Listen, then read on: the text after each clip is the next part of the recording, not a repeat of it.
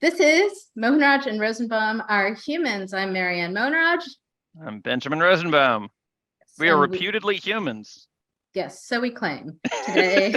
Maybe not today, tomorrow. We'll see. And today we have guests. We have who may also be humans. And our first guests of the second season, I believe. So if my memory is just going now because the semester started and everything is a blur. Time has no meaning.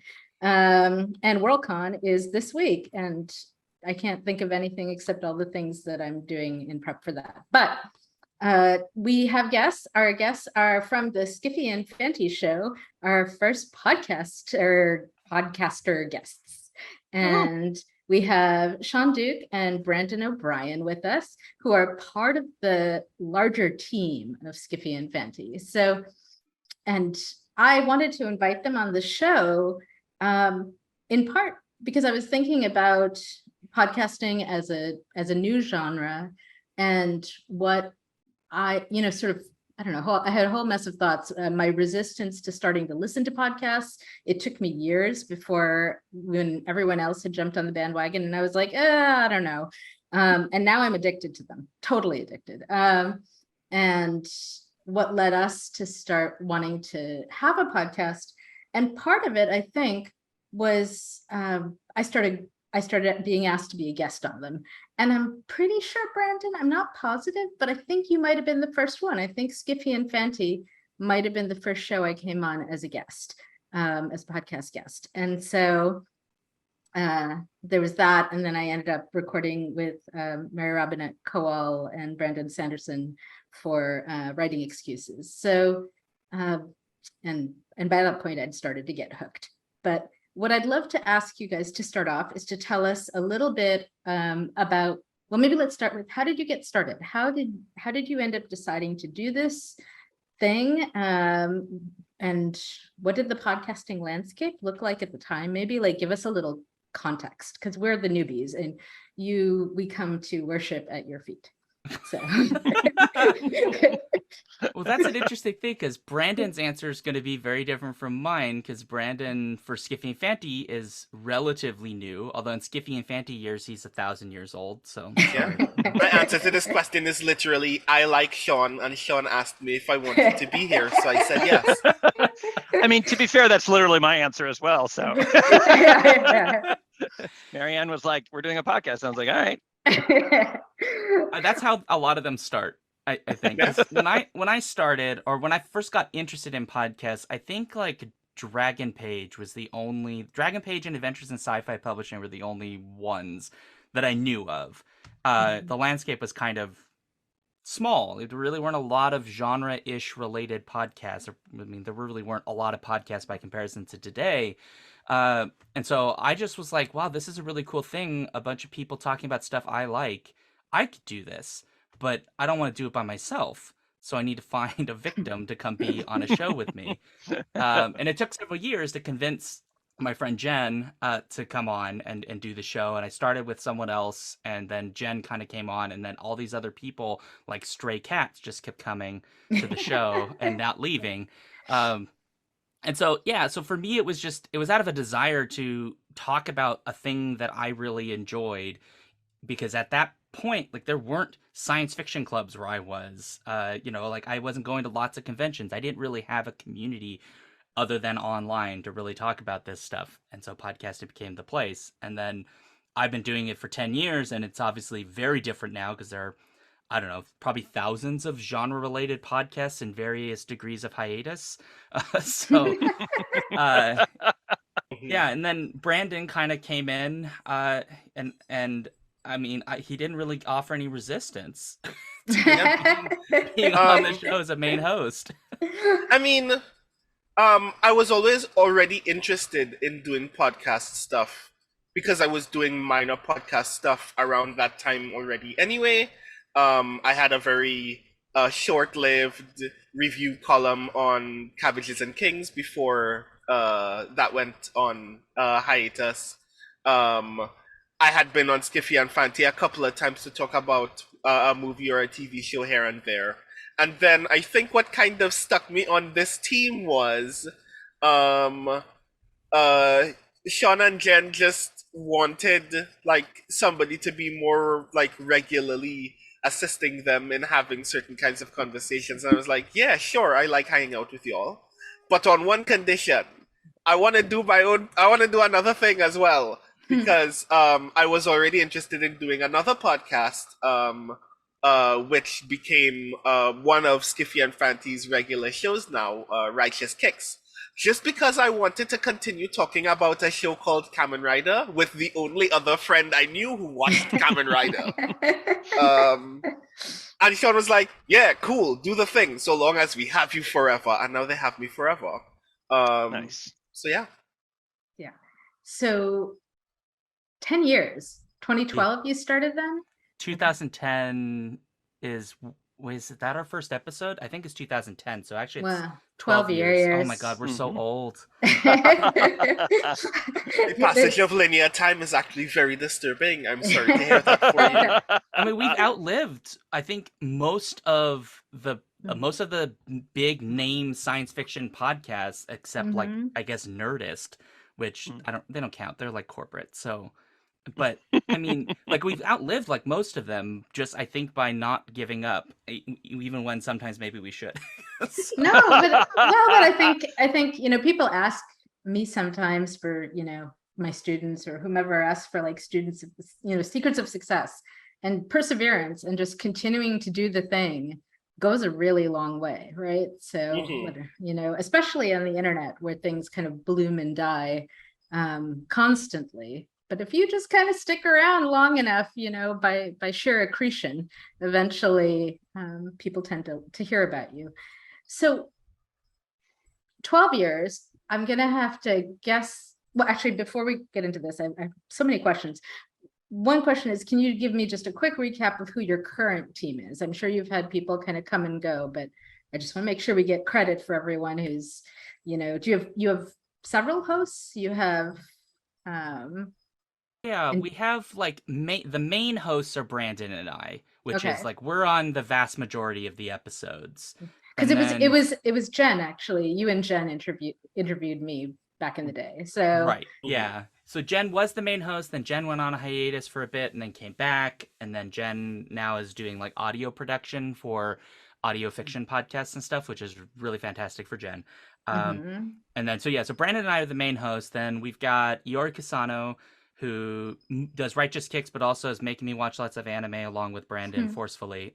We got Paul Weimer, Trish Matson, Alex Axe, who mostly comes from Torture Cinema, Becca Evans, who I think is still with Strange Horizons, who's also mostly for Torture Cinema, and I think we've got more people who pop in once in a while. Stephen Geigen Miller helps us with the newsletter, and then also is on some shows. David Annandale does mostly the Totally Pretentious episodes with me. Honestly, there might be more people I'm just forgetting because our team there's a lot of other people who like will show up again or be like, I just want to do a podcast, and they'll come back. So we got quite a lot of people, but there's kind of like I guess like an organic tier of people based on how often they're on the show. Yeah. That's really I interesting.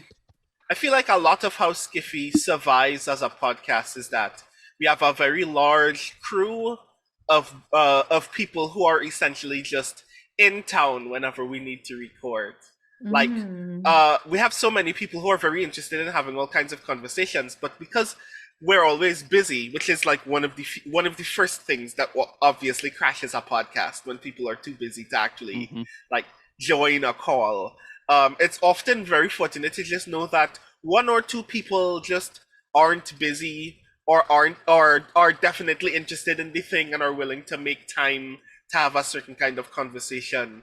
That we know that every once in a while someone will just kind of float into view whenever we need something done. Like Torture Cinema in particular is mostly propelled by whoever was awake in the middle of the night to watch the movie with us and whoever was still available to actually record the podcast afterward. So yeah, that's like Okay, it sounds like saying that we don't have a dedicated crew of people who are willing to make the thing happen, but it's just that we have so many people who are so dedicated that we know that we can just rely on somebody to become visible when we need something to happen. So do you always record in person? Oh. Like everyone on no. your team is in person? It sounds like what you said when people are in town, or is it? Like just... metaphorically, that somebody just kind of drifts Zoom into town. Yeah. Zoom town. Okay. The town that is the internet. Yeah. It's super interesting to me how these things get organized. I love hearing about organizational structures, right? So like I listened to a podcast called Asian Sewist Collective, and they have a team. They're all Asians who sew, right? I sew, I'm Asian. So I listen to this and I periodically Target think, demographic. oh, it would be fun to be, on this show. But they have like, they invite you, they have like open periods where you can apply to be a host on the show, and they kind of interview and talk to you and make sure that you're like in this, they have a very progressive vibe to them. So sort of make sure you're going to be a good fit politically, and is my impression. And then but they also have like really complex scheduling that they do way in advance. They do a lot of like figuring out like what are the issues that we want, what are the like shows that we want to do. They have a lot of discussion behind the scenes, they vote, they like, and then that all gets set, and then there's a schedule, and then they hold to the schedule, right? And it's very, as opposed to Ben and I are pretty haphazard about this. Like the first year, it was just us chatting, and then we dragged Jed on the show for a while, and he did some editorial episodes with us, but and then we interviewed some people, but it was chaotic. I think that's fair. And then this season we did a little pre-planning. So we sat down and we're sort of like, we want to be sure that we're not just asking our friends to be on the show, right? So that we want to have a little bit more of a diverse spread of, because it is a platform and it gives people visibility. And so I don't know, I get angsty about that. So we have a spreadsheet. So Ben, do you want to jump in here? And I just feel like before we go into a Yeah. lot, I know you're very excited about the nitty gritty, but I think for context for the listeners, we should also ask, like, so what is Skiffy and Fanty? What is the niche that because you said you were one of the first, and now there's a lot. Like, what is the particular? Where do you see yourself in the constellation of as in case some listeners stumble upon who haven't already heard you, give us the contextual drop. So I guess you could say that the Skiffy and Fanty show is a variety show of commentary. We do everything from discussions of film and television to interviews with authors and other creatives. We talk about bad movies, often while drinking alcohol and making lots of very terrible jokes about questionable films. We talk about movies that we think are really interesting and good. We talk about new movies, old movies. We try to do books on occasion as well. So we're kind of like a media-based podcast, discussion and commentary podcast with interviews kind of thrown in as well. That's kind of how I see us. Brandon, what would you kind of add in terms of what we do? That's because I was like, do we have a tagline? We should probably have one by now. But that's pretty succinct. I think at this point, the only thing that we don't do in the commentary field generally when it comes to podcasts and other commentary media is just cover SFF news. But that's because other people are already doing that on YouTube all the time. So like leaning into commentary, doing lots of reviews, talking to creatives about their work is the thing that we're interested in. So we like talking to people about the things that they make. Yeah, and I would add the one thing that has become the newer focus for us is that the majority of the content we'll cover will either heavily feature, be made by people of color. Overwhelmingly is our current focus. We don't do that for torture cinema because we don't want to be jerks. But we are trying to kind of, because there's just lots of, there's lots of podcasts and they're all kind of covering all of the like big projects that aren't necessarily about minority groups and other kinds of things. And we thought like, well, nobody's really doing this. We should have a focus because it's meaningful. Kind of going to what you were saying, Marianne, that it's a platform and it can serve a function in exposing people to things they might not have seen before and making us think a little bit differently about genre fiction, etc. So that's been our focus for the last, what, like a year and a half, Brandon? 2 years? How long just ago was about this? 2 years. Yeah. That's interesting. Cool. So people of color specifically, not other marginalized categories, right? Like not Yeah, and I don't want to LGBTQ. exclude them. It's Yeah. just that we've kind of made that our focus. Mostly has been our focus, but I mean, we're not like saying like LGBTQIA plus is not also like not you, but that's also very much welcome. Like we do care about other marginalized identities, but we're trying to make sure like a good at least like 60-70% of what we cover at least heavily features people of color. Yeah. Like, I think the approach that we have as a result is to have as many deliberate conversations as possible about how we showcase work that features marginalized people or is made by marginalized creators in general.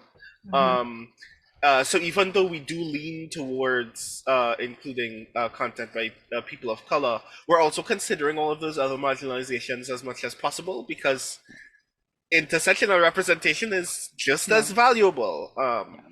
And we're lucky to live in a landscape where a lot of media also realizes that. It's still not enough, but more media is actually committing to this goal as well. So we haven't been short on things to read or watch since. Yeah, and that's been a thing for the show. I think the second we started doing interviews was we started having to focus, because like when we would do open calls for like, hey people, if you've got a book, we'd love to interview you, like all these publicists would be like, well, here's just like a wall of white dudes. Right. And like, don't get me wrong, I don't hate white dudes, they're lovely, I am some one. of the white dudes that sent us in particular are people that we really like. Yeah, but at some point you go, but like I get like one woman for every 10 men. And so we're like, okay, we need some women in this. Like this is too much dudes. So we'd have to do open calls, be like, okay, women specifically, please come. And then we were like, okay, LGBTQIA plus, we need you. Now we did a World SF kind of thing where we were like, we want to talk to people that are not US and British. So we've been kind of doing that, you know, in phases and spurts throughout the entire show. I think because we just realized like organically you can't not do that. Like it will not happen organically the way that the whole thing is set up. So yeah. And now we get to like make all of our own decisions about like what weird media properties, and it is a little bit easier to do that today than it used to be. So I kind of want to connect this to Strange Horizons, because you know when we first started that more than 20 years ago now, long time ago, one of the conversations that we were having was about diverse representation, and you know we put a diversity statement in the call, which back then that was more than anybody was doing, right? Like, and it was like something we talked about, like, is this a good idea? Should we do this? Yes, we're going to do this. But we didn't do active outreach, right? And it was, I think, years before we kind of realized that, you know, the diversity statement helped. It got us some people who wouldn't have submitted otherwise, probably, but it didn't reach into all communities, that there were places where people would still be either self-selecting out or more likely would never see us, right? We just weren't part of their media landscape. And so if we wanted that representation, we would have to go where they were, right? And kind of figure out like, where are the Chicago Black writers hanging out?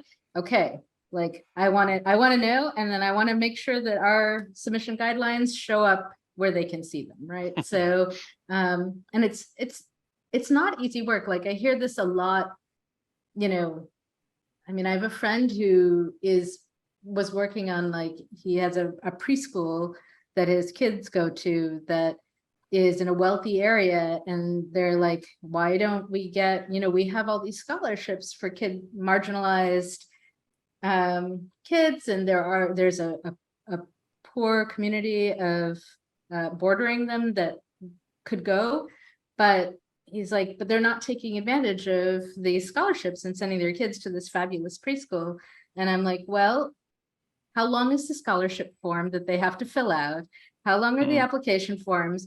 Are they in front of them? Do they actually know that they exist, right? Has anyone come to their communities, and like, are people in their communities advocating for this? Do they think it's a good idea? You know, like there's a whole set of like earlier conversations that you want to have, right? Because and there's something there that occurs to me that's probably even more dramatic in the case of preschool than it is in the case of like a magazine or a podcast, but it may be relevant too, which is like, do they trust you? Like, you know what I mean? I mean, it's like, that's a big step to be like, send your kid to our fabulous preschool.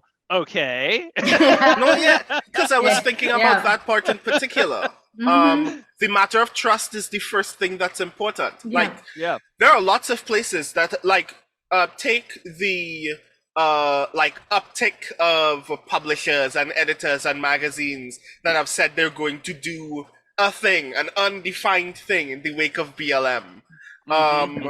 There is there is an inherent trust that they are asking us to place in them, that not only will you commit, but that commitment will actually be valuable. And we've learned since then, they lied. And this is not being mean to most of them. Some of them had very good intentions. Some of them really wanted to commit to those things. And then it stopped being profitable for all, in all kinds of ways, for all kinds of reasons. And as a result, they lack competencies too. That as well.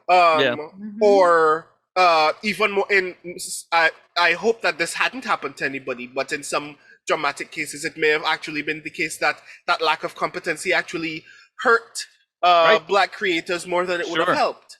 And I think that that's coming up in a lot of spaces all the time. You can say that you want to help someone. You can say that you want to make space for someone. And you making space for them is the worst thing that could ever happen to them. And you don't know. Because it takes a lot of work to be the kind of space, to be the kind of community that is actually worth the risk when everybody else is when the same level of risk is existing everywhere else. Like I'm literally tempted, of course, to ask about Strange Horizons. All of the questions that I had about the experience of working for Fire, where like the team at Fire is like some of the most brilliant people that I've ever met. And a lot of the work that is necessary to get people to submit is simply convincing people who have never submitted to a magazine before to not self-reject, because we just want to see them write. Full stop. So we should get the current editors on, because you know I founded Strange Horizons back in God, I can't remember when it was. 2000-ish, right? 1999, 2000. I think it was 2000, right? So I founded it and I ran it for 2 years, and I set it up with administrative structures that are still in place, I think. So they still have, you know, each department has multiple editors in each department. What you were talking about, your podcast actually reminded me of that a little bit, in that I set that up in part for redundancy, right? So that if somebody got sick or, you know, had family responsibilities or whatever, they had to tap out for a while, there were still 2 people there, right? So that we could still make our weekly publication schedule, which I was very hardline about us doing, because at that point, everyone was all, you know, digital magazines are not professional. And I was like, well, we have to prove that we are professional in every way possible to get over that stigma, right? So we're going to come out on time every episode, and if that means that every issue if that means that, like, when my webmaster quits 2 days before launch, I have to stay up all night to learn the code to get the magazine up, that's what I'm going to do, which is what happened. So that was not ideal, but we managed, right? So I guess I would say back then, the conversations we had, you know, like, I wanted to do blind submissions and the other fiction editors did not, right? And I was editor-in-chief. I wasn't one of the fiction editors. And so they didn't. And I've regretted that. So like in my anonymized submissions, sorry, I'm trying to get away from the term blind submissions, anonymized submissions. And in the magazine I started after Strange Horizons, Jaggery is a South Asian lit mag. I set it up from the beginning with anonymized submissions.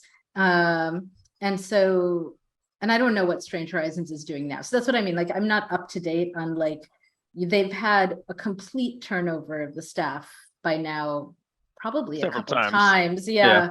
So it's evolved in its interesting ways, right? So I was gonna, the thing you were saying about, I think that's really interesting about there's an operation of privilege which promotes these kind of grand gestures in where you're like, and I mean, I don't want to pick on your friend's preschool, but it does seem like that this is an excellent preschool. They should come. That's like, it's self-evident. Of course, it's look how nice it is. And that's like, that misses that there's all, it sounds easy, right? It misses all the competencies you would have to have, which maybe they have. I don't know your friend's preschool, but you know what I mean? Like, it's plenty of people are like, we're giving these scholarships. You should come to the great thing. It's great. It's our thing.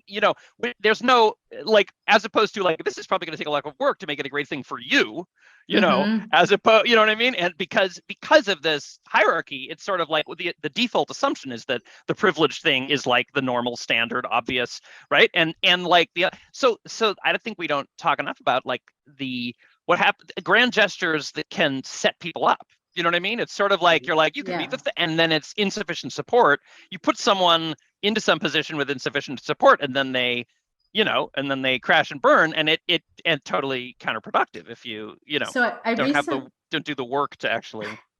So I'm going to give an example of this. I was in New York recently, and someone I went to high school with, a kind of casual friend, reached out to me. Had not spoken to her in more than 30 years, right? And she was like, hey, do you want to get together? And I was like, sure. So Carla Lema, hi, if you hear this by any chance, we had a really interesting conversation because we went to Miss Porter's high school, snooty prep school, expensive. My parents couldn't really afford to send me there, but they were trying to send their kids to the best quote unquote school they could, right? And there were a few girls of color in a 300-person predominantly white school, right? I would say there were maybe 10 or 15 of us, right? And we did mostly, I think, become friends. And I remember they actually had a session at one point where they like tried to bring us together to kind of figure out like, what has this experience been like for you? The experience has been hard, right? One friend, at one point, I became friends with some of those white girls, very good friends with some of them. And one example is one of them invited me to come down to Florida for spring break to her grandfather's club, which already was so far outside of my experience, right? Like, for my family, spring break meant that I babysat my sisters, right? Like that's what happened. If I wasn't in school, I was doing childcare. And so the idea of going somewhere, but then like add on top of that, 2 days later, she had to, incredibly embarrassed, she had to rescind the invitation because it turned out that her grandfather's club was a private club and didn't allow people of color. So that's the kind of thing. And she was shocked. She didn't know. She, so no fault to her. But that's the kind of like unexpected landmine that you step on, right? So there are these little things, big things, but there's, I'm picturing the kid from the low-income community coming to the preschool, and, all of the 5-year-olds have iPads or whatever it might be, right? Like that there's these class markers, there's, so and maybe it's not so relevant at the preschool level. I'm not sure, but Oh, I bet a lot in preschool level. It's also it's because, but it's also been a conversation in like SF workshops and stuff like that. There's a certain like it's been really interesting to, Marianne and I are going to teach at Clarion West next summer. And there's this, so it's been interesting to observe all the stuff that's come out in the last few years where they're sort of rethinking the workshop structure that we went through when we went there, which was a structure that was great for most people, but like some failure mode, like because the author was supposed to be quiet so that there wasn't like, it didn't devolve into crosstalk. The author's quiet, and then everybody gets 2 minutes and they say their thing and they go around, and then at the end, the teacher says something and then the author can respond or whatever. That's like the original Clarion model. And I think if you write a story that's culturally smack dab in the center of these people's expectations, then like they all give you different viewpoints, and it's like great, right? They're coming from all sides, giving you.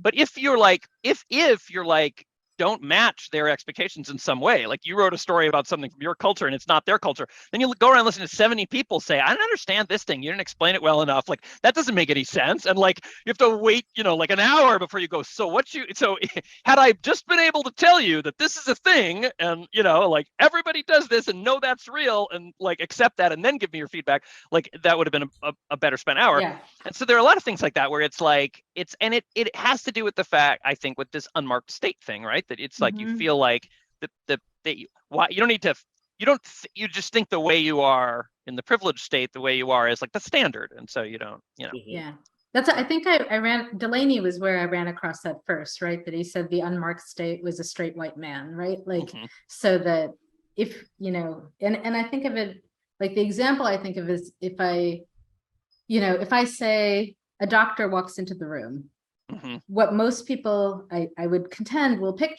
be an older white man, right? They're not picturing Miranda Bailey from Grey's Anatomy, who is a short Black woman and a fabulous doctor, right? And so and that's changing, it is changing, but slowly. So yeah. Okay, Ben and I talk a lot. We should have warned you of this, and we interrupt each other, and then we you keep should interrupt talking. back. Yeah. Feel free to interrupt back, or if that's not your mode, like use the hand raise or something, so that we don't. Like I did notice this, but like I like hearing people talk. Like the reason why we're in the podcast business is because we like hearing people talk. We like people have fascinating things to share, and we like discovering what those things are. I know, but you're our guest. We should let you talk. Yes. Okay. Fair. That is true. If we were in your position, we would have said the same, but still. But like to tie everything that just was said back to the podcast discussion, and to the idea that we like hearing what people have to say. I think the beautiful thing about having a platform like this or like Skiffy is there is a low failure state attached to just letting people speak on their own behalf. In a community where people are constantly judging you, making all kinds of assumptions about your work and your intentions, where people say that they want to help but have no idea how, and their lack of competency leads to potential harm, sometimes the most valuable thing that you can present, especially marginalized creators in this space, is here's an hour to just tell us what you're thinking. What are the things that you value? What is the thing that fuels you and your work? What do you think people need to do about X problem in this space? And I think even though there is still a lot of trust in that regard, because you can come to a podcast and people can talk over you. Not throwing any shade, it's just saying that happens. I feel like there is still enough power in the opportunity to simply be a kind of sounding board for the perspectives of marginalized people, and just let them air their own grievances, or just even take that hour to be just like unabashedly gleeful about something, and that is perhaps the one source of joy that you've gotten the last 6 hours in this community. And I think that that's really valuable, and I like the stuff that I like doing the most on Skiffy and Fanty, which is saying a lot because I like all of our episodes, is when we get to interview people about their own work, because that's just us going, please continue to geek out in our direction so we can continue to enjoy the thing that we already enjoy. So yeah. That's super interesting. I think I would agree with all of that. I'm also thinking about, I feel like there's like one use case we've been talking about, which is here are the people who have a big established thing that they're trying to open up to other communities, right? and some of the ways that they can fail in that attempt, or maybe some of the ways they can succeed, right? So that's one situation. Another thing I feel like I saw a lot of in the wake of Black Lives Matter and at other points is people realizing that there's a lack and saying, oh, I'm going to start a thing, right? I will create this press or this magazine or this podcast or whatever, often not realizing how large an endeavor it is, right? Or not having the background to do it well. And I have a teeny tiny micro press of mine that has so far, like, I always intended to publish other people's stuff, but I've so far brought out, 2 cookbooks of mine, and there's been such a huge learning curve on learning how to do it to a semi-professional level, right? And I kind of feel like I need to get that down before I ask anybody else to trust me with their book, right? Like I want to know that I can do it justice and that I could treat their book the same way I'd want my book to be treated elsewhere. Does that make sense as a framing? And I feel like that's like you just get people kind of rushing in with great intentions and I don't know. Like I want to tell people, like, go talk to people who are doing it first. But of course, we didn't do that before we started the podcast. We just launched in. I mean, it can be complicated because on the one hand, yes, you should talk to people. Yes, you should get a sense of the work that you're trying to do, because when you bring someone on, that experience should be pleasant, should be the same level of high pleasantness for every single person that you bring into that space. But on the other hand, a lot of people tend to respond to that, I do not know if I'm going to make this safe for other people, by just going, well, how about we just continue to exclude them for another 6 months until I figure it out? And that can be similarly alienating. Yeah. Right. Which is a difficult thing to navigate, which is why I feel like the answer to that question obviously is that you should always talk to someone. But sometimes there is no one available because no one is doing the thing or doing the thing that you want to do, and therefore can't answer any of your questions. So, like, the unfortunate fact is that at some point you do have to fail forward.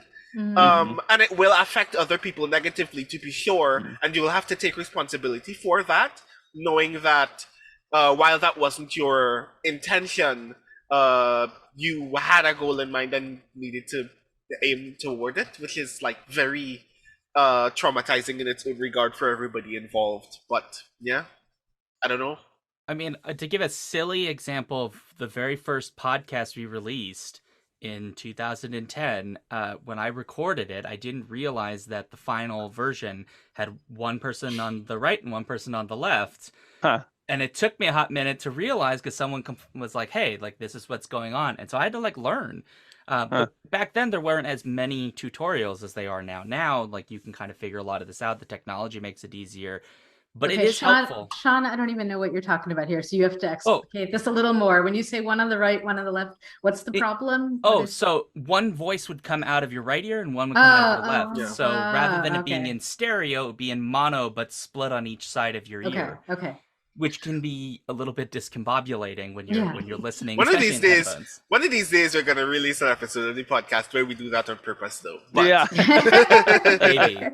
Yeah. But I think with podcasting, like, there are tons of tutorials and things out there. And I know that we can kind of go to, like, the same thing they say with writers. It's just like, you need to read. Well, you should listen to podcasts. But also, like, it's hard to kind of know, like, okay, well, what are other people doing? And am I doing the same thing they're doing? And if you're not, how do you make that thing that is different from anything else you're hearing actually work? Because maybe you have a topic you want to do, or a structure or a format that isn't like anything or that is really being done. And how do you make that work? And it is a process of trial and error and seeing what works. And I think going back to something we said at the very beginning, a lot of times it just comes down to continuing and doing it over and over and over again until you kind of make it work, until hopefully over time it just kind of sticks.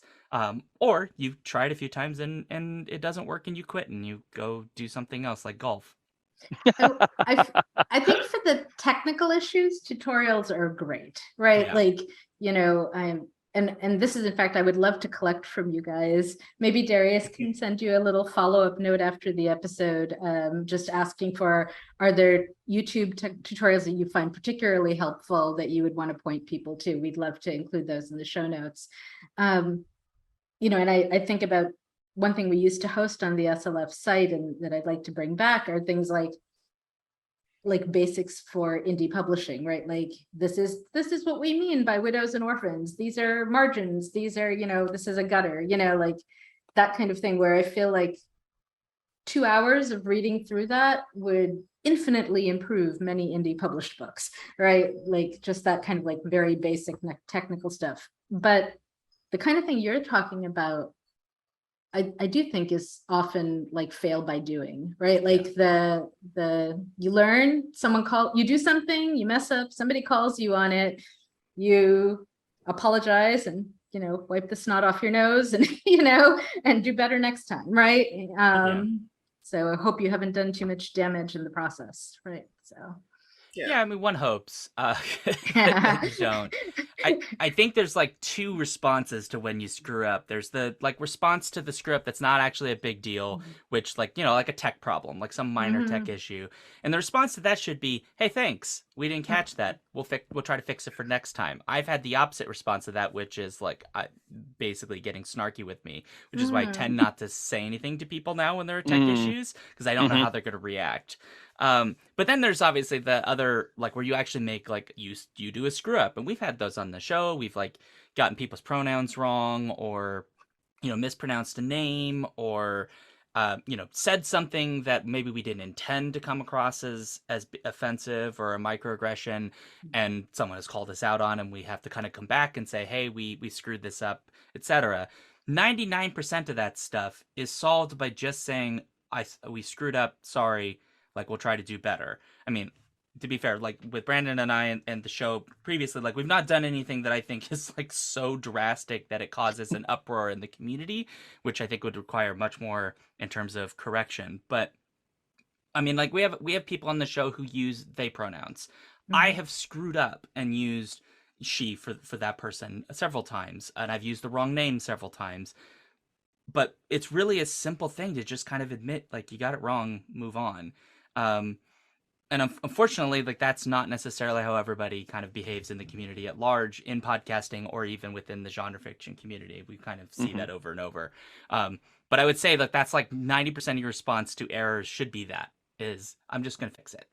It's a simple thing, but it gets easier with practice, I guess, is one thing I would say, True. right? So I feel like the first time I got called on something, I had absolutely a huge defensive reaction that I had to kind of work my way through, fight my way through.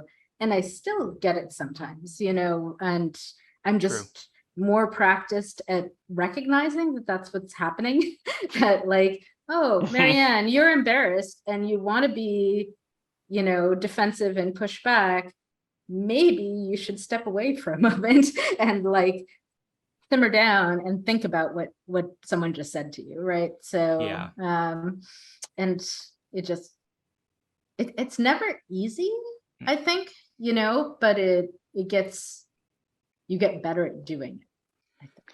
So I think those are also cases where the use case you're talking about is the one where you know that you're wrong. You may feel defensive about it, or the defense is just a clue that but then there's also a case where you're actually confused about about what the right is here. And I think that, maybe you could talk a little bit about that, if there have been cases like that where you're well, I don't know if I agree, but nonetheless, somebody's having this reaction. So you need to, so there's a balancing act if you need to take that seriously because I think, as we were saying with grand gestures, a fake apology is worse in some ways. If you're secretly this is bullshit, but you're oh, I'm so sorry. That ends up, that can have its own, you know what I mean? That's that may not be a sustainable strategy. It sounds very corporate, right? The kind of big I'm just thinking of the big corporations just dive in and with the apology, because that'll fix it. And I'm thinking of cases that was sort of the original failure mode of Race Failed 2009 was somebody saying oh, I apologize, I did this wrong, and then once their friends circled the wagons, being yeah, that was just bullshit, which was way worse than if they never apologized in the beginning. Apologizing and then taking it back is 100 times worse than, right? And so would would rather they have been like, I don't understand what you're talking about, like explain more because I don't get it yet, rather than, oh, I'm sorry, and then like I was just lying, right? So I don't know. Yeah. Oh no, I'm completely on board with you that I mean, you shouldn't just apologize if you don't understand what you're apologizing for, because I think you're right. If people recognize that it's not an honest apology, or you don't really know what's going on and you're just doing it to end the furor, that actually will, like, the fire burns even brighter at that point. And that may actually, whether you intended to or not, may do more damage, because now any apology you give past that point could be seen as disingenuous, even if it is genuine. Right.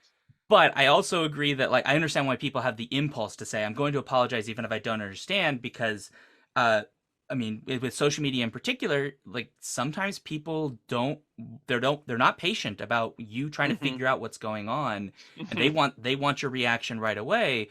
And to me, like, if I actually don't understand what I did wrong, I need a hot minute. I need to figure it out. I can't just tell you, especially if I'm dealing with a thing where there's disagreement about what is and is not the appropriate thing, because someone's not going to be happy with me. And I need to know what it is, where I'm supposed to sit here, what's the appropriate space. I thankfully have mostly avoided, like, any of the big, huge problems, but I see it all the time, like, on social media, and occasionally with podcasts it does happen where somebody kind of says something really, like, grossly offensive or unintended or otherwise, where that does happen. But I do think that there's some value in, like, giving people, like, you pointed it out to them. Okay, give them like 5 minutes to figure it out before you expect a response. Because to me, like, I don't want someone to apologize to me if they don't actually know what's going on. I'd rather, like, let's have a sit down and talk about it and figure out what's going on.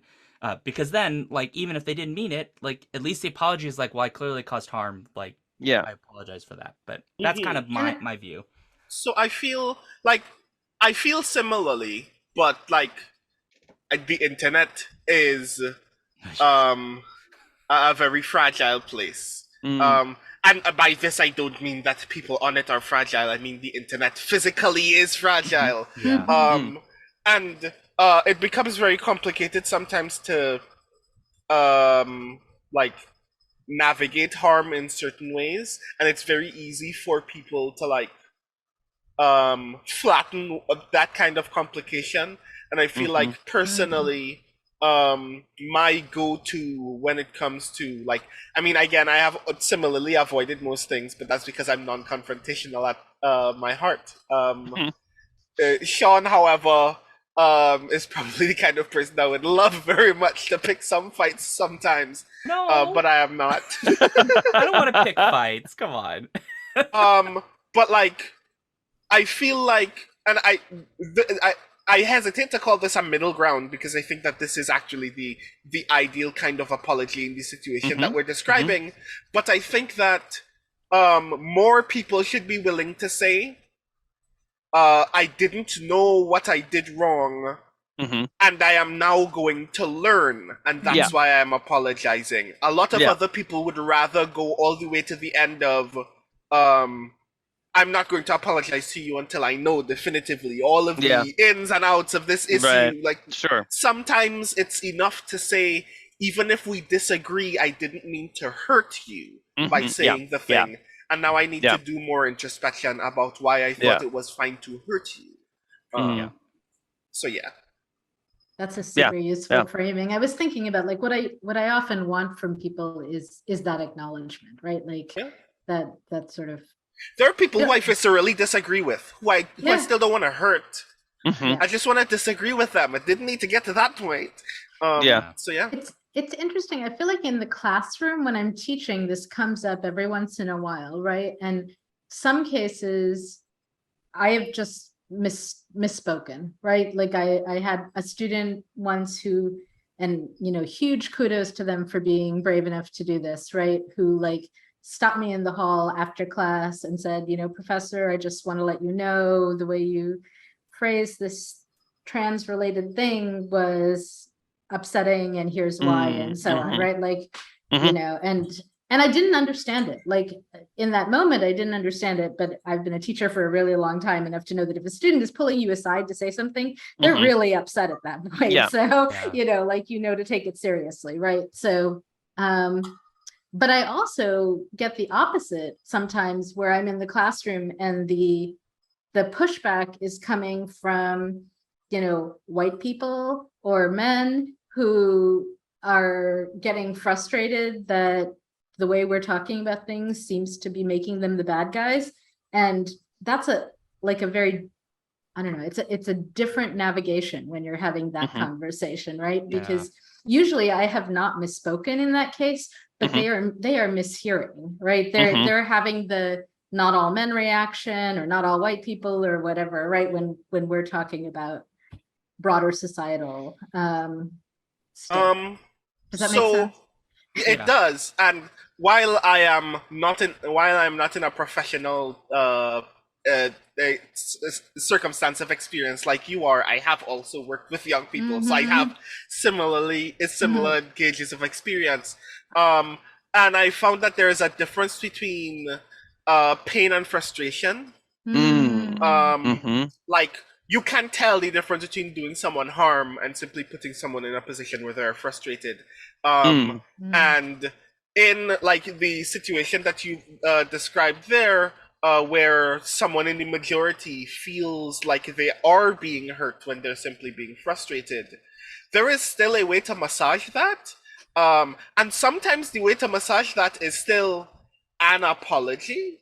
But it means being distinct about the fact that the harm that you are experiencing is not harm that we are creating for you.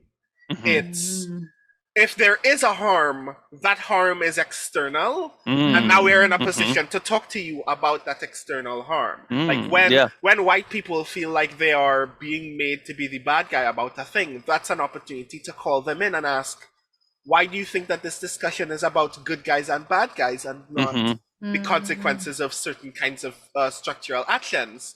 That's not something that I constructed for you, but it has been constructed. Let's talk about it. And I think that can be very useful for a lot of people. I've been spending the last couple of weeks talking very eagerly about the resources that we use to bring in, especially young white men out of certain kind of dangerous kinds of ideologies. And a lot of that is sometimes you need to be patient about the fact that they're frustrated about a thing, and use that as a way into asking them deeper probing questions about how they got to that feeling, and revealing some things about that feeling to them. Brandon, you're really good at this. I have these thoughts, but I'm very bad at actually 1 in 5 conversations on Twitter. Sometimes I will get somebody to go, you know what? I'm glad that we had this thoughtful conversation. Hey, 1 in 5 is a hell of a ratio on Twitter. Yeah. You should take some credit. That's bad. That's a hell of a batting average on Twitter, with Twitter conversations with people you're not very close to. That is fair. And sometimes you also need to know who are the other 4 out of 5. I've gotten better at telling, maybe I should just block this person. This person Well, does not care. Yeah. That's interesting. I'm going to tell a story about my daughter, and we'll ask her, and we'll have to edit it out if she says we can't tell it on air. But she was I have to tell the story because you just said that. She was a athletic director at camp this summer, and there was a little kid, it was 9 or 10, who was mini edgelord. And he was incensed that they had a group for girls. It's like a computer sports camp, so it's very male dominated. Said lunchtime group for the girls, and he was like, "That's not fair because there's no group for the boys." And he had figured out how to just troll and irritate the hell out of her. But clearly, also, this kid is 10. He's very and I was coaching her. I was 10. He's very malleable. He's figured out that this is shit he can say that will trigger adults. You know what I mean? He can get a reaction. He doesn't really know what to do with that reaction. And he's not a hardened, he's heard it all.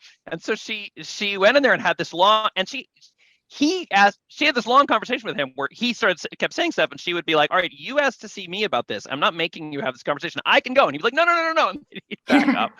And in the end, she kind of won him over. Because clearly what he was really upset about was the idea that he'd asked why there were only girls, and somebody said it was to make it safe from them. And what he heard is, "I'm dangerous. You think I'm dangerous." And he is not emotionally equipped to handle that. So he was flipping out about it, right? And just poking at everybody somebody trying to get some, let his frustration out.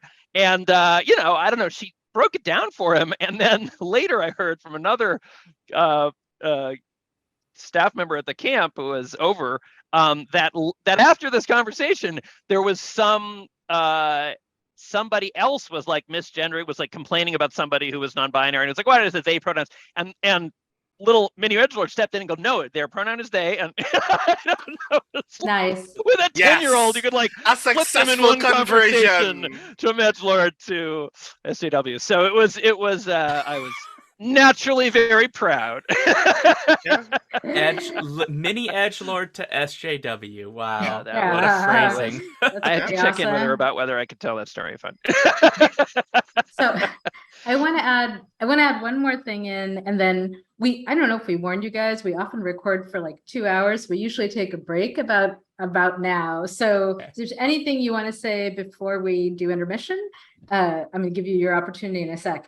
But the one point I just wanted to add is that sometimes in these conversations, it literally is, and maybe this is because I often am working with young people with 18-year-olds, but it's literally that no one has made the argument to them before, right? They've not just flat out not encountered it. And this might be something like, I remember I had a conversation after class in the parking lot with one of my students a few years ago, about means testing and why it was a bad idea. And for, I think it was for something like, for food aid, right? And he just, no one had ever talked to him about the stats. No one had ever explained like the cost of means testing. No one had ever, and how little abuse of the system there actually was. And he just had a kind of reflexive response, culturally conditioned, whatever. And like a 10-minute conversation, he was like, oh, okay. Like he was on board, right? Like he was, and so sometimes in some ways, this is actually why adults are frustrating, right? This is what's great about kids and teenagers, is that you give them some piece of it they've never heard it before. They're like, oh, all right. Whereas most adults have dug in. Would that we could all learn not to have dug into our positions. But also I had the same sort of conversation when I was running for library board, and we had gotten rid of fines. And it was these older white ladies, for the most part, who would kind of come at me with like, why are you getting rid of fines? Fines teach kids responsibilities. And I'd walk them through in like 5 minutes why fines are a regressive means of taxation and hurt most the people who we most want to have library access and so on. And no one had ever made the argument to them. And like 5 minutes later, they were like, oh, okay, we're good. Like I see why you did that. And I was like, great. And I had that conversation over and over again in like, the month or so that I was campaigning, which was fascinating. I don't know. Shaun, Brandon, anything you want to throw in before we intermish?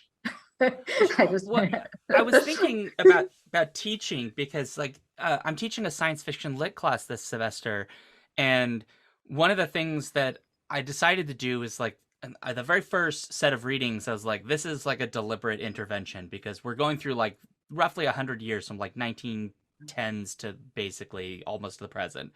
And I'm like, we're going through a period where like mostly it's men being published, and most of the works that are quote unquote important from this period. So like my first class was W.B. Du Bois, it was Borges, and Harris, who's Claire Harris, who's a pulp writer. And I was like, this is a deliberate intervention. We're having this moment to sort of remind you that these people were writing. It's just that when we talk about how the field thinks about the golden age and the pulp era, they aren't necessarily considered, but I'm doing it on purpose.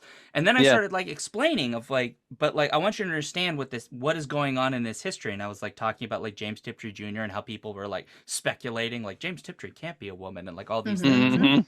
And they were like, and I think like, to go to your thing about, sometimes if you're just like providing them the information, it suddenly clicks in their head, because I think before they were kind of like, well, I guess there'd be like sexism in that period, but like it can't be all that much. And I'm like, well, no, like an author wrote under a male name and people speculated that they weren't a woman because they couldn't possibly be a woman. Right. So this is part of this period. And they were like, oh, wow, okay, now I get it. Like I get what's kind of going on here, and now they'll kind of understand when we're getting to like Edward Hamilton and all these people. So it was kind of, I think that like providing those concrete examples can sometimes be really helpful to help people see like in a very clear and kind of irrefutable way, like the effects that these kinds of systemic problems actually have. Because without that, I think like you can just kind of, you're trying to look at this big broad picture and you don't really have anything to kind of grasp onto that kind of helps you really see like what is the effect on actual people. How do we see that continue to reverberate through history? I mean, you could talk about the fact that women still use letters instead of using full names, like J.K. Rowling, because the same exact thing. And it kind of helps them see like, oh, now I can see like the traces and I can start to trace a history. I mean, it's a little bit different than kind of what we were discussing, because I don't think my students felt personally that they were being attacked in any way, but it helped them kind of understand, why are we talking about this period of history the way that we're talking about it, and what's going on here, and how does that continue to influence the genre? Or later on when we're dealing with like Vietnam War responses, which is going to be fun, those kinds of things. Yeah. So I don't know, this class can be a lot of fun. I'm having a blast already. Wow. I can imagine. Part of me actually just wants to sit into that class, but I'll never get there, unfortunately. I have Zoom. I'm just saying, Shaun, you want to teach that class for the SLF? We're starting classes this fall.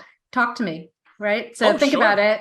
Think about it, right? And I would just like to, I'm going to make a habit of calling out for our listeners. We can't get through a podcast without Marianne either starting a project or making somebody a job offer. So I'm just going to go bing whenever it happens. That's my new. You just keep a visual counter somewhere on screen. Yeah, exactly. I'm all for it. I'm not trying to discourage her, but I do think a visual counter on screen would be great. It was like, anyway, project started. Okay. This is why you love me, Ben. It is. It's one of the many reasons. Brandon, is there anything you want to add before intermission? I just kind of want to touch on everything that's being said, because like we're acknowledging at this point, people like to learn things. People want to put themselves in a position where there is something that they can know, or that they're not robbed of the ability to know it. And whether it's media, whether it's like the genuine activist work of ensuring that people know and are aware of certain issues in the world, there are communities of people that know very well that there is a subset of people in the majority, especially if you're like just around 12, 13, 14, 15, all the way up to your early 30s, that if they mold your engagement a certain way, they can turn you into someone. And that's where a lot of the harm that we're seeing presently on the internet and in real life is happening. That there are people who are going out of their way to find impressionable people, and like draw them into things and tell them, hey, this is the way that the world will be, and if you follow this script that I give you, it will happen for you. And I'm particularly glad to be in this space with multiple people who teach, because it means that we've already arrived at the fact that not only do we all know that this is happening, but we all know that the solution to this problem is to give people as much information as possible. Because they were following the script before, and now that they know that some parts of the script are faulty, they can make their own decisions and come to their own conclusions. And sometimes those conclusions are simply, this has nothing to do with me anymore. I don't have to deal with being potentially hurting someone. I'm just gonna remove myself from this entire situation. And sometimes that's the best that we can hope for. And sometimes you get other situations where someone goes, now that I know that that was improper of me, I'm going to do the right thing from now on. And I think that whether it's through the work that we write, or promoting other people's work, or just allowing people to present their own arguments in their own space, we are in our own way making little pockets of that additional information for other people to access and gain their own awareness from. So yeah.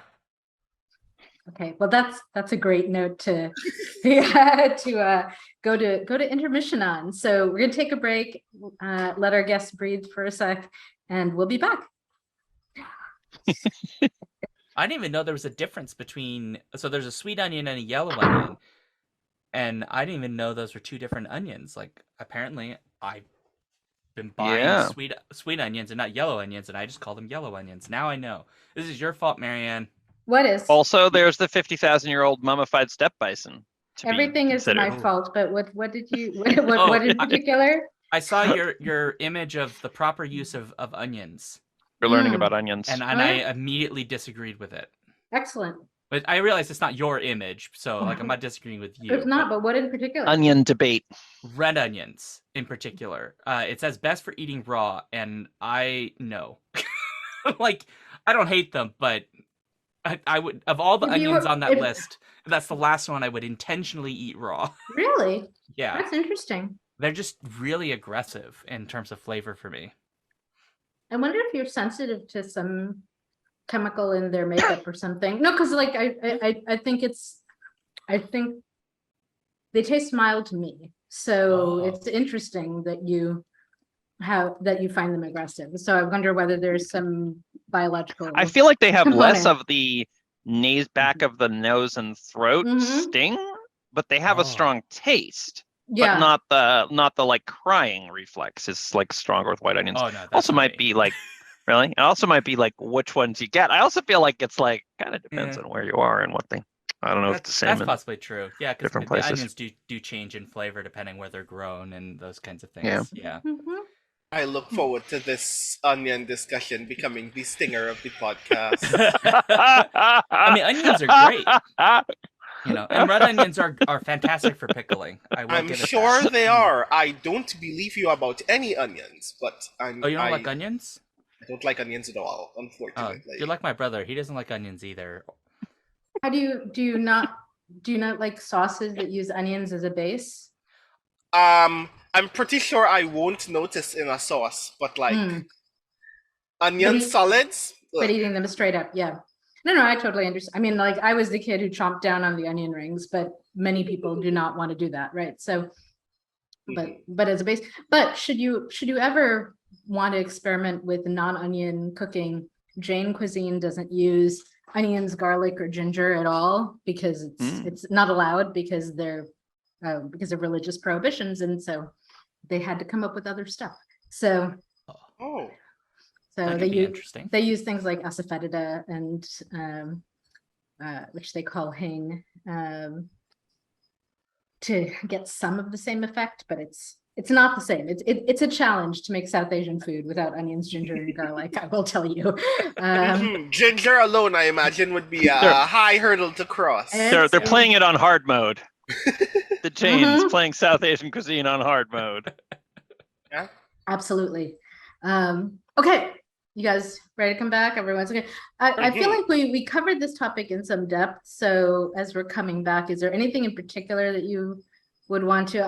I thought I might take it back to the. I have a suggestion too. Oh yeah, Ben, if you have something. I mean, what I want. Yeah, well, should I just go, or do you want me to tell you beforehand? Maybe like. Well, okay. I mean, what I wanted to ask is what your take on the state of the field is more in that direction, because after all, we have people here who listen to and watch and read all the things. So I'm sort of like, what do you've been doing it for 12 years. So I'm kind of interested in like it's and this isn't, just any, like you're here. So an opportunity. So I think that's great. Big picture. I think I feel like that's like an intimidating question that, like, if you were asking me, I'd want like some time to prep for. But but if they're ready to dive in, that's fine. My question was more silly answers are fine. It doesn't, either a considered argument or a riff is whatever. I don't know. It's just my question was more nuts and boltsy about podcasting. So maybe we can end with mine and start with yours, or vice versa. Sure. Whichever. Yeah. Okay. Sean's not scared of your question. So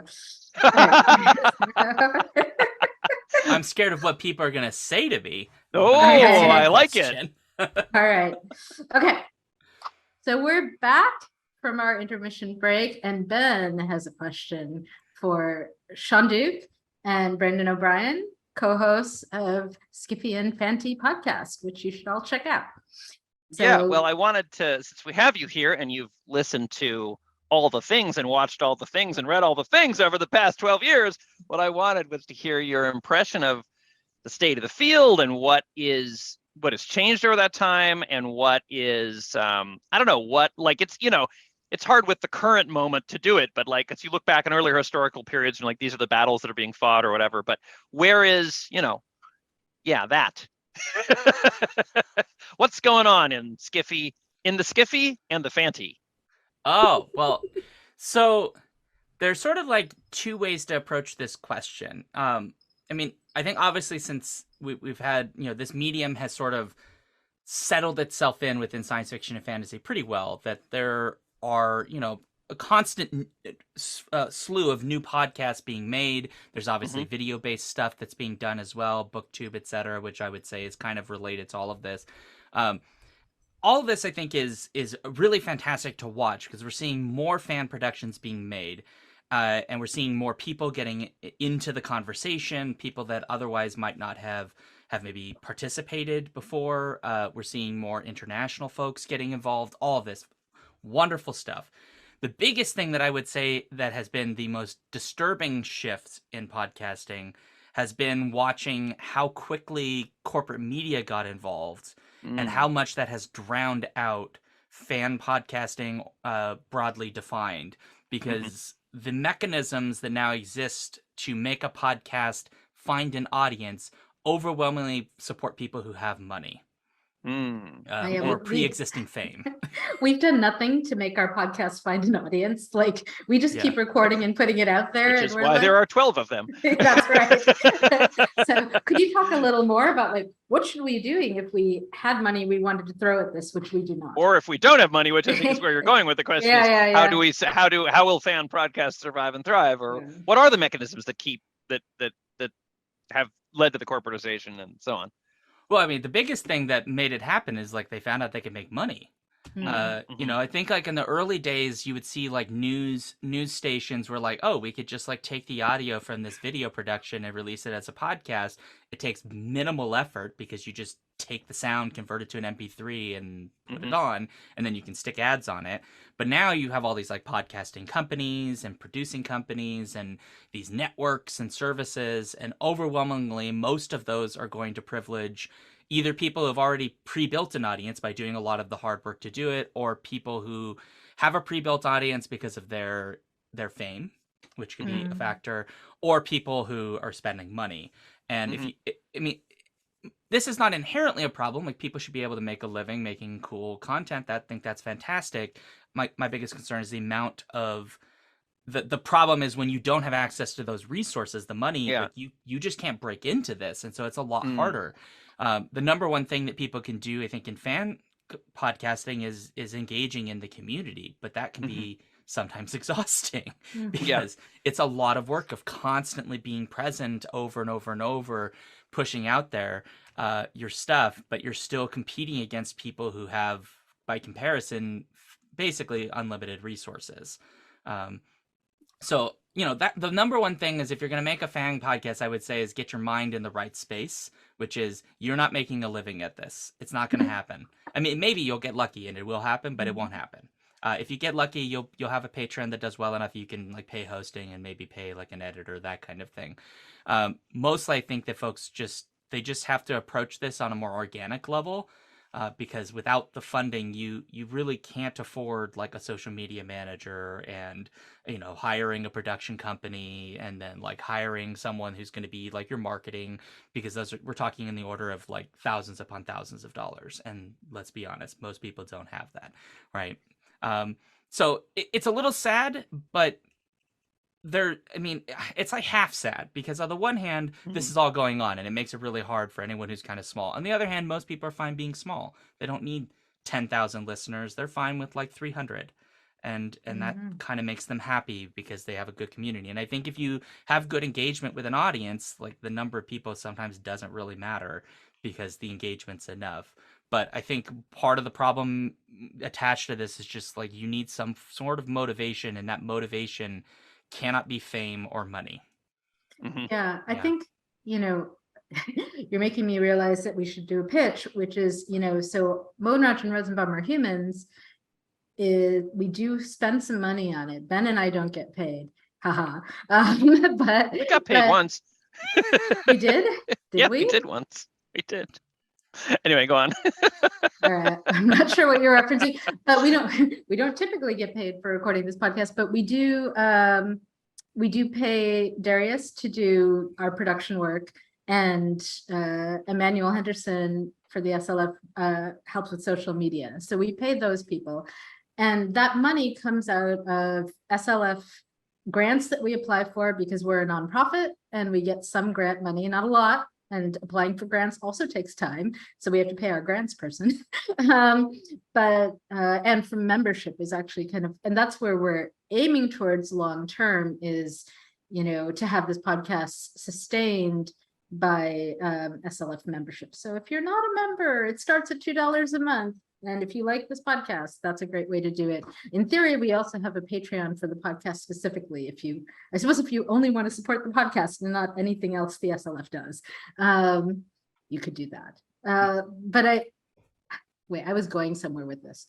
It wasn't just the pitch. I was saying, you ended with what sustains you. And what sustains us, I think, is that Ben and I like talking to each other, right? And like, we started recording this during the pandemic, and when I at least was terribly lonely, because my family shut down really hard. So it was me and Kevin and the kids in this house, and I was pretty depressed. And so recording with Ben helped. You know, he's in Switzerland, I'm in Chicago, but we could get on the Zoom and have the kind of geeky conversation that we typically have at WisCon. And it fed us both socially and professionally, I think, right?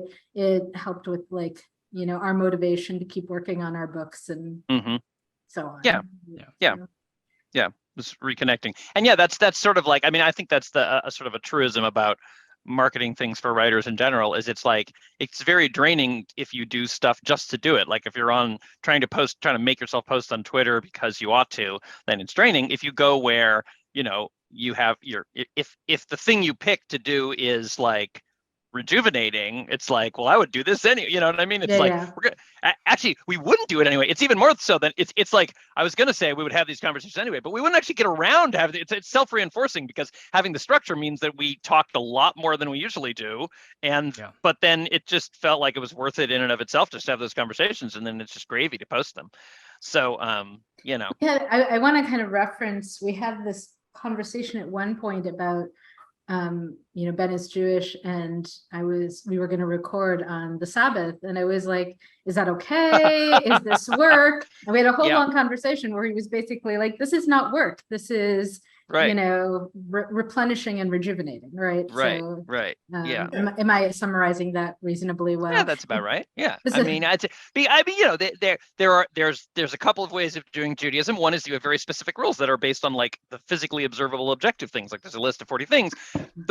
Then there's the other way of doing it, which is kind of like, what's the spirit of the law? And you know, it's like rest and joy, like, you know.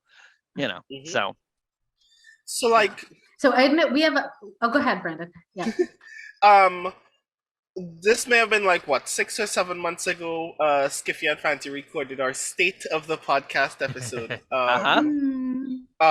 Where, like, similarly in the spirit of everything that you've already said, one of the things that we touched on was we don't have a very large listener base at the moment. But our immediate the thing that immediately fuels us isn't the idea that at some point we can blow up and get thousands of people following us and like putting money in our Patreon and stuff like that. It's just, we would like the dozen or so people who do listen to us to just actually engage with the things that we make. We like it when people talk back to us, because we like talking to people. I like doing this podcast because I like Shaun and like hanging out with Shaun. But I like hanging out with some of the people who listen to the podcast as well. And when we ask, hey, do you have any thoughts about the thing that we made? You can email us, and we'd like to listen. We'd like to hear from you. It's like, please just say hi sometimes. We like those things. So like, that's like the thing that interests us the most. Like, I would like for Skiffy and Fanty to get to the point where we are like so big and so mainstream that we can have potentially like remarkable conversations about the field that other people can note. But that's because I trust the people that we talk to, not because I want to make money. And that means I just want to continue talking to the people that we talk to. So like that, like I don't talk a lot about how frustrating that is, because it makes it sound like we're bitter about the thing that we enjoy, but it's because I enjoy talking to people and want to continue doing that I want us to continue being able to engage with our audience in a way that is like deliberate and striking. Yeah, I mean, I want to note, I didn't really introduce you guys properly. For those who haven't listened to Skiffy and Fanty show, they are a belated introduction. I'm so sorry, but you guys are 4-time Hugo finalists, right? So it's not like, you know, they're talking like they have like 5 listeners. They mean, not. Not like nobody's listening. Always a bridesmaid, though. I know. 4-time finalists. 4 is nothing. Strange Horizons is up to like 12, 13, 17, 20. I'm not sure. So maybe this will be our year. You never know. So I live in hope. But and so Darius reminded me that another funding model that we did use is we did a Kickstarter when we were launching the podcast, which raised about $1,500, which helped with our startup costs. So there are ways you can tap the community to get some money, especially when you're like trying to get off the ground, I think, if you have a community. But I feel like what you're saying here kind of comes back to something that you can apply to writing generally, right? Which, you know, and this is something I have a hard time conveying to my students, because they're often, you know, taking this intro to creative writing class or advanced fiction class, and they're thinking, next year I'm going to write a novel and then it'll be a bestseller and I'll never have to get a day job. And, you know, that Time magazine did a survey and found 70% of Americans plan to write a novel before they died. Nice. Yeah. So, and similarly, kind of hilariously, they surveyed New York high school students, and something like 70% of them thought they would be millionaires. So, you know, so they're coming in with these ideas, and you know, my experience, 30 years in the field as a working writer, is that money comes and goes. Fame comes and goes, right? There have been times when I'm being interviewed on TV. There have been times, you know, where I had a 6-figure advance, and there have been times where I made nothing. You know, like there have been years where I'm like, this is yet another year of, you know, I get to take a big deduction on the IRS, right? Because I had no income coming in, or very little. And I think understanding that, then the advice that says you have to find your satisfaction in the work itself makes more sense, right? You have to love the writing, or you have to love the podcasting. That has to refill your well somehow. Because fame and the whole constellation of things, because you're talking about people, you know, the interactions where people email you, there has to be some kind of sustainable thing that practice that brings you joy in terms of engaging with your community and with, you know, the actual work of making it. Sorry, I'm going to give just one example of that sustainable community joy. That is, when I first started writing, which was very early days of the internet, right? I asked people to send me postcards if they liked my writing. And I got postcards from all over the world. I got postcards from soldiers on Desert Storm.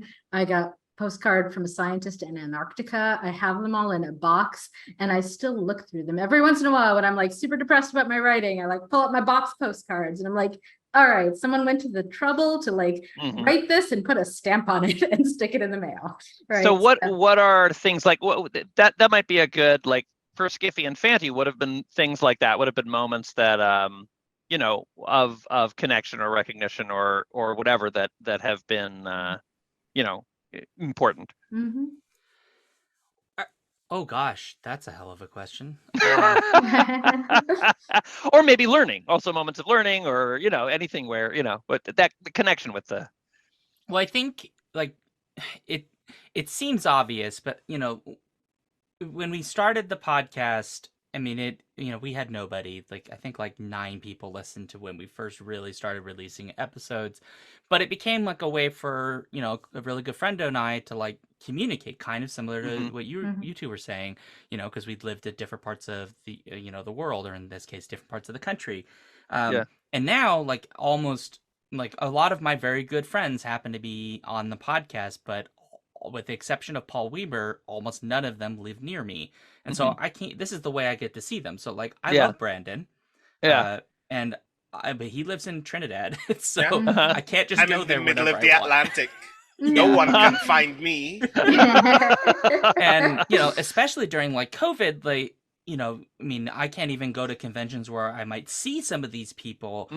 And so that became a really important connection point, is like, I am engaging with my community, but I'm engaging with people that matter. I'm having the conversations. I can't see any of my local nerd friends because we could be infecting each other and dying. So podcast is became a really important thing of like, let's sit down and talk about some nerd nonsense, because that helps maintain those social connections. I will say that, like, anytime you show up at like a convention and just some person that you've never met before is like, oh, I listen to your podcast, like that is like the greatest moment of my life, is like having those, because sometimes you know who they are, and sometimes it's just like some random person, and it really makes you feel like, oh, I'm actually connecting to people with this content, which is, I think, like, they say this about writers all the time, but like, tell a writer you like their work. Like, it's the same thing. Tell a podcaster you like their work, because sometimes like only a percentage of an audience interacts, and it, even just something as little as like, I liked what you did, is like huge ego boost, and it helps. Hell, you know what we would like? Just like, even if somebody were to email us like once a month and say, I disagree with that thing you said. At least we know you had thoughts about the thing we said and actually listened to the podcast. That would be a lot for us. Because like, I'm in the same boat as Shaun. I mean, it's a little bit exaggerated for me because, again, living in the Caribbean, I know that there is a wealth of Caribbean and Caribbean diaspora writers and creators in the field. But sometimes it feels like you're engaging in the field all by yourself. Sometimes it can feel like very lonely, very alienating, and that's when the field is not actively trying to push you out. And the podcast, in a lot of ways, even before I became like a core member of the team, was an opportunity for me to interact with people that I really cared about and feel like I was actually genuinely still a part of the community, when I couldn't like travel. And especially during COVID, that was the same, which means that like, this was in a lot of ways my only lifeline to the rest of the community. When I felt like I was struggling to feel like I was still a writer or still in the field. And I appreciate that a lot. And for me, the desire for engagement is the desire to ensure that we're doing that for other people and not just like a thing that is happening in the background of their fandom. Like, I want to know that we are providing value for other people, and that part of that value is that they know that there is a through line of art appreciation and critique and thought about the genre that includes them, or wants to make sure that they are included, because I feel included. And if it weren't for this, I would probably feel just a little bit less so. And I want to know that we're giving somebody else that same kind of opportunity. Yeah. I mean, to add to that, I mean, I don't know if Brandon remembers, because I think you think you'd done a couple of things, but like, there's a point at which I had to step back from the podcast because I was finishing my PhD and I was just on the job market, which I think everybody understands in academia is a nightmare zone from hell. I was just exhausted, and I was like, I can't edit the podcast, and like, I want to be on all the things, but I can't. And it was really tough for me because Jen took over and was producing, updating the standards, all this great work, doing all these amazing podcasts, and I'm sitting here watching them go out and being like, I feel completely disconnected from everything because I'm not going to conventions. I'm doing PhD work. I'm doing these long nights where I'm up till 3 a.m. writing, dissertation chapters and researching. And I just felt completely disconnected from my community. And when, and this is why, like, Brandon will say this to me, you don't have to be in everything, Shaun. And it's like, that's my motivation for me is I want to be in as much as I possibly can because I hate the feeling that I'm disconnected from a thing that is valuable and meaningful to me. And I know what that feels like because of that whole year when I just was like, I got to do all this other stuff. I have to walk away for a bit. And that was an awful feeling, a feeling not connected to the things that meant something to me. Which I'm sure as people have felt like during COVID, everybody kind of understood a lot of that because a lot of their community, they literally couldn't connect with in a lot of ways. So yeah, so like that's a huge motivator, I would say, for me is just the people that I do this with, the stuff, the conversations that we have, those all like are super meaningful. And I think if you're making a podcast, like you have to find those motivations that are sustainable, like that, like really as rooted in like your feelings. Like I know that sounds maybe a little silly to some people, but like it really needs to be about like it's adding something meaningful to your life to do this work. Yeah. Because otherwise you will burn out and you will never want to do it again. Yeah. Well, and I think the interviews are a lot of what is also giving back to me, at least. I don't know if, Ben feels the same way, but, we've interviewed game designers where I like learned a ton. It's an area I know very little about. We've interviewed up and coming writers. We've interviewed established writers, and they're all interesting in different ways. And it provides intellectual ferment, like that is super helpful. And then, Shaun, I think I knew that it would be fun interviewing you because it was fun being a guest on your podcast, right? Like I really enjoyed that conversation. So, so I already knew that part was going to be great. And I don't know Brandon at all. And it has been such a treat listening to you, right? And just a delight. And so I'm like, this is awesome. Why have we not spent more time together? We have to make this happen. So, I don't know. So for me, I think a lot of what fuels me, we're going into ChiCon and I'm hoping to do some recording with these people who are coming into Chicago for the World Science Fiction Convention this coming week. And I'm like, and I do not love the scheduling aspect. That part is really irritating, but I'm going to make myself do it because it's such a privilege to get to sit down with all of you, That's my sappiness. I'm like, it's great. I mean, great. I get it. You are permitted to be sappy. There is a multitude of very smart, thoughtful people in the industry doing really rad things. And in a lot of ways, the shortcoming of a podcast is there are too few hours in a year to talk to all of them about all of the things that you want to talk about. But yeah, I am inclined to agree that this I like talking to people in this industry because like we like to talk the big game of science fiction being the space where we imagine the future. And not only is that more necessary now more than ever, but we're discovering that some people have some particularly radical ideas about what that future could look like. And housing those ideas and giving room for those ideas to continue to expand is not only the good work of ensuring that we could actually get to that future, but is also just very reassuring to know that there are people who do think so deeply. And I just want to be surrounded by that as often as possible sometimes. Yeah.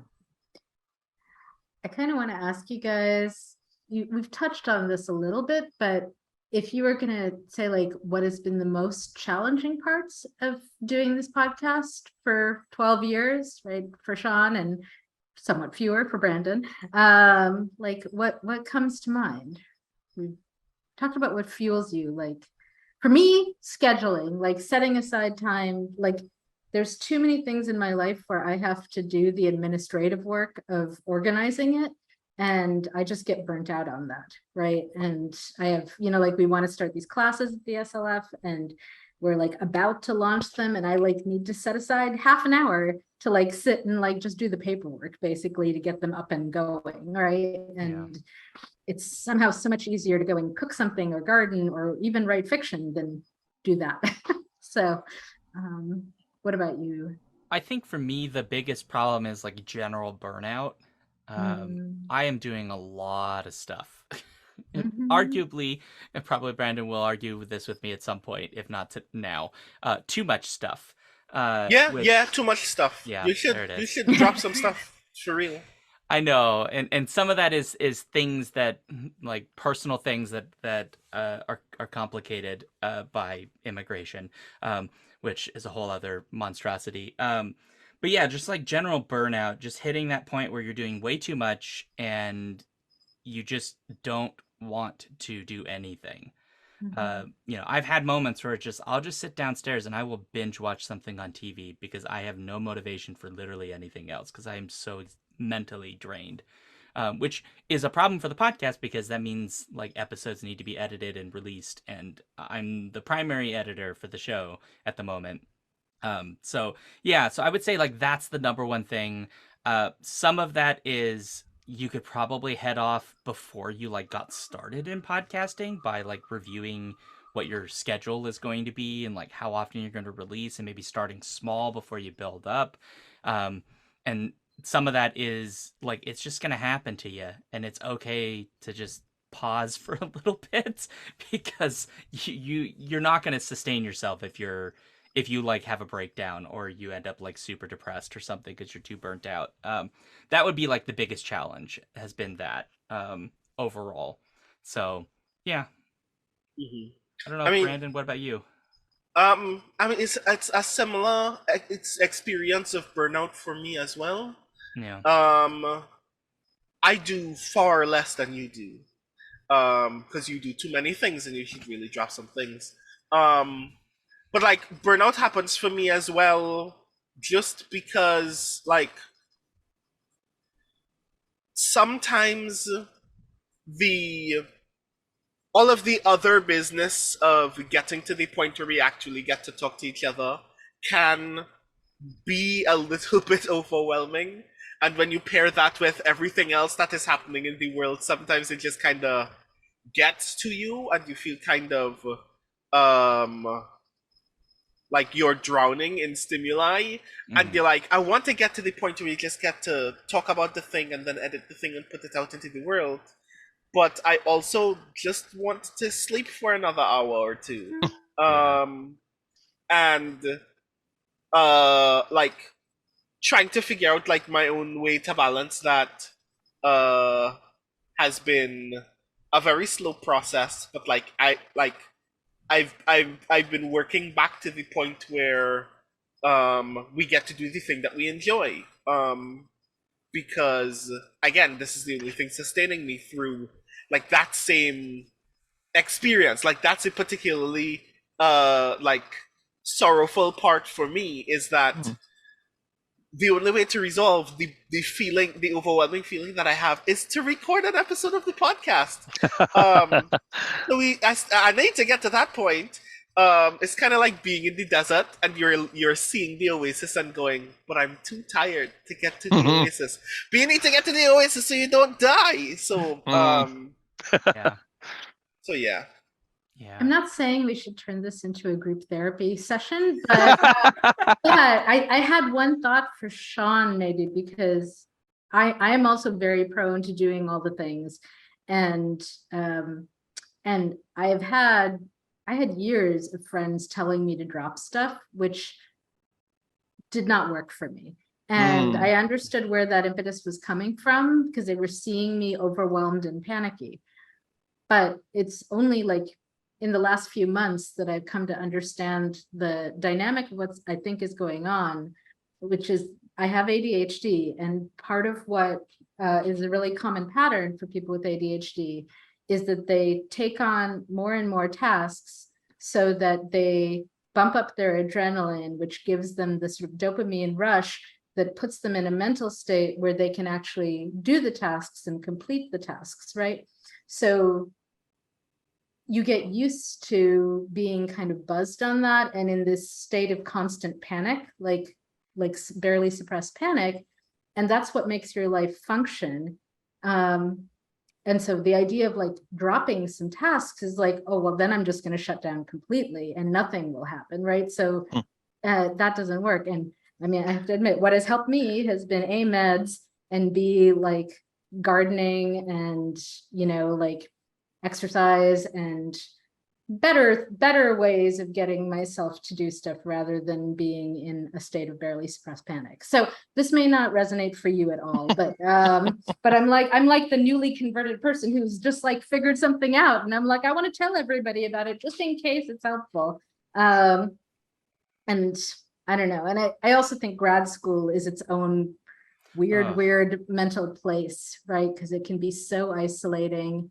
And that can also kind of set up bad habits. I don't know, like bad mental patterns that maybe don't apply. You know, like you have this stretch where you're like, all I've got to do is be a brain, right? And like think and think and think and think, and the rest of you kind of get starved. And then you get dumped into teaching, and suddenly you're being required to do all this extroverted work that is still fairly new to you. And it's a complete shift from what you were doing before anyway. So I mean, I think a weird thing that I've experienced was like after grad school kind of killed my reading for a while. But it also was like this weird thing where I was teaching full-time while in grad school, which may or may not have been a mistake, but I needed to make a living and you know, afford things. And afterwards, like, you know, in grad school, you really don't have a choice. You have to do research if you're going to finish. Like, you just have to. And then I got done and I went, oh, I don't have to do the research. I could just do it if I want. And so I was just, and now I'm like, but now I'm not doing any research, which is, or well, I am, but I'm not like really producing anything, not really. And so it's been like this weird experience of now it feels like I'm an adult again, where like you have responsibility and you have to like set your time aside. And I've just realized, like, you know what? My work has these categories that you have to like do stuff in. And I was like, I'll just make my like public service category my biggest. So like I'm doing all these convention things instead. So because I don't know, it's been hard to get back in that like mental space. Yeah, and the podcast has helped a little bit because when I do research for that, I'm just doing like the most like nerdy research possible. Like anytime David Annandale and I do like a movie, I'm like grabbing all these books. I'm like looking at all this like weird analysis and all these things about these directors and these weird actors. Like when we did I can't remember which Werner Herzog film it was. Like I went down the rabbit hole of like looking at like the history of Kinski because he's apparently just a nightmare human. And like rumor was Werner Herzog was like offered that one of the like extras was gonna like murder Kinski on the set. like that's how bad Kinski was. Like he's just like a monster. But it was fascinating because that to me was like the excitement about research to begin with. And so the podcast has helped a little bit. It's just not producing academic work at all. But maybe not yet, right? Not yet. Like you never know, right? Like that might emerge. And I also, you know, my husband's a mathematician, and it's always really interesting to me to see the difference in how the math people work versus how the humanities people work, because we go and read our books by ourselves, right? Yeah. Like generally, and then, you know, maybe you chat at like the department, you know, seminar once a week, but the mathematicians work collaboratively. There's often 2 to 4 of them working on a project. They fly out to visit each other and then like spend hours and hours and hours talking through this problem that they're working on, right? And it's, I don't know, I feel like we could learn something from that. Like we should, like what we're doing here is research, right? This is active research. I've learned a bunch of stuff in the last 2 hours, right? And like the Academy should credit that, should understand that. I'm not sure it does yet, but we can make it. Yeah, that's true. You know. Yeah. So. All right. So we're a little over 2 hours. So maybe we should have a kind of a roundup-y like last thoughts. last thoughts on the state of the field. Even I'm partly interested even beyond podcasting, like what, maybe just briefly, like how do you feel about genre at the moment and so on? Like, I mean, I think actually that Brandon did touch on this, because you talked about like how like people like the excitement of people envisioning radical ideas for the future, and the fact that actually, you know, is hopeful in terms of, you know, both achieving those ideas, but also just like being in connection with each other around them. But anyway, or any other last thoughts? I don't know. So I do want to add to the answering of that question that I think right now in particular, one of the good things about the genre is that we are simultaneously aware that there is a wealth of um, creators of color, queer creators, disabled creators, especially creators who are not living in the US and Europe, who are making radical, engaging, really fun work right now, and that we need to get more of them. And readers are very engaged by the fact that not only can you get those things, but you can support those creators in ways that allow their creative motivations to grow and for them to continue to sustain themselves in this genre. And I think that that's really awesome. I also think that it's really awesome that we're experimenting with new media as well. Video games are becoming more interesting, where there is a new tabletop indie revolution that I'm very personally engaged by. I think is doing really rad stuff. We're doing like cool transmedia and multi-format things that are really interesting as well. And I think that experimenting with those things more will lead to us coming to even cooler conclusions about the future of the world that we continue to live in. The only thing that we need to resolve as a result is how to make the internet safer for all of those people, because the internet, as previously mentioned, is a very fragile place. But yeah, I think the industry is doing cool stuff, and we just need to ensure that sometimes an African writer can get to Worldcon, and that people stop getting harassed on Twitter all the time. So yeah. I would add on this front as a kind of hopeful message of the state of the field, which is more of a story about my education. When I started undergrad, I took an American Studies science fiction class, which is the first time I'd ever been exposed to science fiction by Black people. I didn't know that was a thing. I didn't know there was a whole book, like Dark Matter had come out. I didn't even know that that existed. And I got the book, and that like changed my life. And then at that time, like, it was kind of hard to find people. It was kind of like the same, like, 8 voices, basically, was who you would find. Now, I would say that as a person who's actively trying to find this stuff, it is a lot easier than it used to be. There's still lots of work to be done to make the community safer and more inclusive, etc. But if I am looking for someone that does not look like me or have my exact experience of the world, it is more likely I can find a writer who is publishing that today than I could have 14 years ago, which is awesome. And I hope that that trend continues and we continue to see it grow. But we just got to keep pushing. And a lot of people are doing much better work than I'm doing on that front. And I appreciate them very much.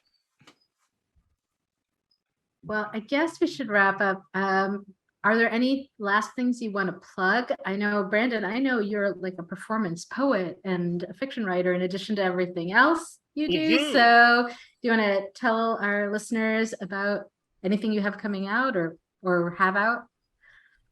I have a poetry book out. It's called Can You Sign My Tentacle? Nice. It turned 1 year old last week, and I'm very excited about this thing. If you are interested in a collection of poems about the gods of the Cthulhu mythos coming down to Earth because one of them wanted Drake's autograph that one time. Definitely check out this book. It is presently up for an Elgin Award, and its first poem is up for a Riesling Award, so I'm very excited about both those things. So yeah, buy the thing. And Skiffy and Fanty stuff. I'm very excited. Please, if you haven't listened to Skiffy and Fanty, please consider doing so. I'm particularly fond of the Skiffy and Fanty show that I do with Iori Kusano, Righteous Kicks, which is both of us talking about Kamen Rider very eagerly. So if you've ever wanted to hear two people geek out about men in spandex bodysuits who kick evildoers to death in abandoned quarries until they explode, definitely check out Righteous Kicks whenever you get the time. So yeah. Okay. Shaun? Well, go listen to the show. Is there should they start at the beginning? Is there a favorite episode? Is there anything you want to point, or the most recent episode? What do you recommend? I would say that listening to stuff from the last couple of years would give you a better sense of what the show is now. I would not recommend being a completist to start. Because the show's very different at the beginning. So like start with stuff like in the last few years. Pick episodes that seem interesting to you. If you want to listen to a bunch of people semi-drunkenly talk about bad movies, listen to Torture Cinema. If you want to listen to two academics talk about weird movies that we think are important and valuable that aren't necessarily genre, listen to Totally Pretentious. If you want guys in spandex kicking thing, there's Righteous Kicks. If you just want interviews, we do those occasionally. If you just want to listen to us talk about Leverage, Redemption, because we're a bunch of nerds who love that. Oh, I love that show. We've done podcasts on it. All right. So there's kind of a little bit of everything for almost everybody. So yeah. So there's something out there for you. Just find it. It's at skiffyandfanty.com. And if you don't like us, there's other podcasts you can find. Yep. And if you're listening, it's SKIFFY and FANTY.com. I feel like, not everyone knows how to spell Skiffy. So but I'd spell it out. So thanks so much, guys, for being on the show. I just appreciate both of you. Thanks for having us. This is really rad. Yeah, this is awesome. And Shaun, are you on the podcast panel with me at WorldCon? Or are you? No? Because if not, I want to drag you onto it. So I'm on one of them, but I don't remember which one. Okay. So anyway, perhaps I'll see you there. So yeah. Awesome. I think that's it. Thanks this so has much. been on Roger Rosenbaum, Our Humans. That's right. With special guests Brandon O'Brien and Chad Duke. Woohoo! Yay! Yay!